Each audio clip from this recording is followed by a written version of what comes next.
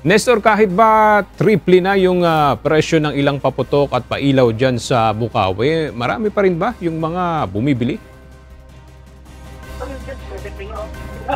Aga, magandang tanghali at kahit nga tama ka, marami pa rin mga bumibili ng mga paputok dito sa Bukawi, Bulacan. Kahit nag-triple na nga yung presyo ng mga ilang mga panindang paputok dito. Ang tinutukoy ng mga nag-triple ay yung mga in-demand ng mga paputok. Kabilang na nga yung Luces at itong 5-star at Sawa at iba pa. Dahil nagkakaubusan na ng mga binibentang paputok at pailaw sa Bukawi, Bulacan, naging triple na rin ang presyo ngayong araw sa ibang mga paninda. Gaya ng Luces na 10 piraso, dating 50 ngayon ay nasa 150 pesos na. Ang Sawa na 5,000 rounds, dating 5,000, ngayon ay 7,500 na.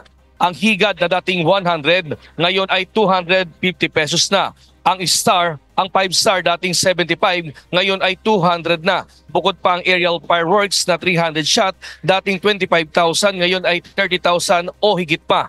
At ang fountain medium dating 50, ngayon ay 100 pesos na. Ngayon lang pong nangyari itong taon na ito na napakabili ng local. Ngayon lang po nangyari yun. Dati mga imported ang mabibili. Ngayon local po. Halos wala na kami maibigay sa mga bumibili. Kaya nagtaas po ng presyo.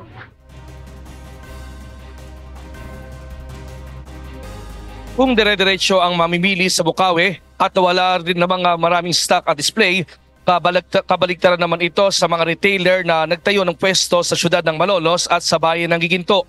Anila matumal ang bumibili sa mga retailers sa kanila ngayon kaysa dati at wala ring halos benta. Problema nila, gumastos pa sila ng 4,800 pesos sa mayor's permit. Bukod pa sa PNP, sa Kamkrame, DTI at sa barangay permit.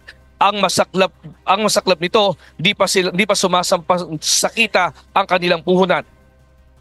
Pang 5 days na namin yung mga retailer dito sa Malolos. Bali matumal po ngayon, sobrang tumal eh. Pero umulan pa. Ayun po ang problema namin, umulan nung isang araw, pang 5 days na namin. Dating nakakaraang taon, 28, 29, halos kalahati na ng paninda namin, nauubos na eh. Ngayon, 31 na, halos puno pa yung mga tindahan, mga stall.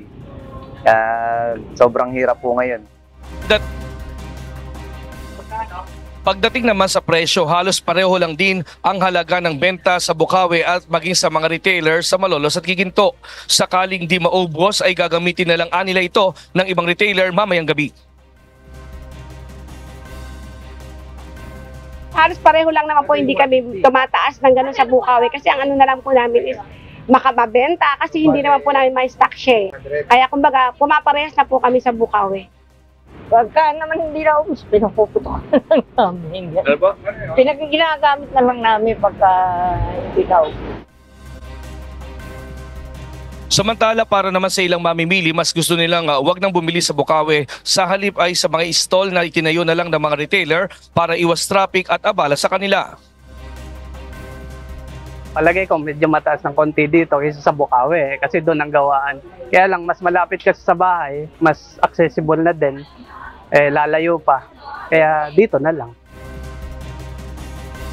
Aga sa sitwasyon dito sa mga dealer dito sa parting Bukawi, sa mga tindahan ng paputok, mapapansin mo na marami pa rin at puno pa rin ng pila sa mga tindahan ng paputok sa karamihang mga nagtitinda rito at kagaling pa rin ito sa mga iba't ibang mga lugar pero hindi talaga sila bumapayag na ibagsak yung presyo ng mga tinitinda. Pagkus nga ay mataas pa rin ang presyo at posibleng magtaas pa lalo't nagkakaubusan na nga ng mga paninda.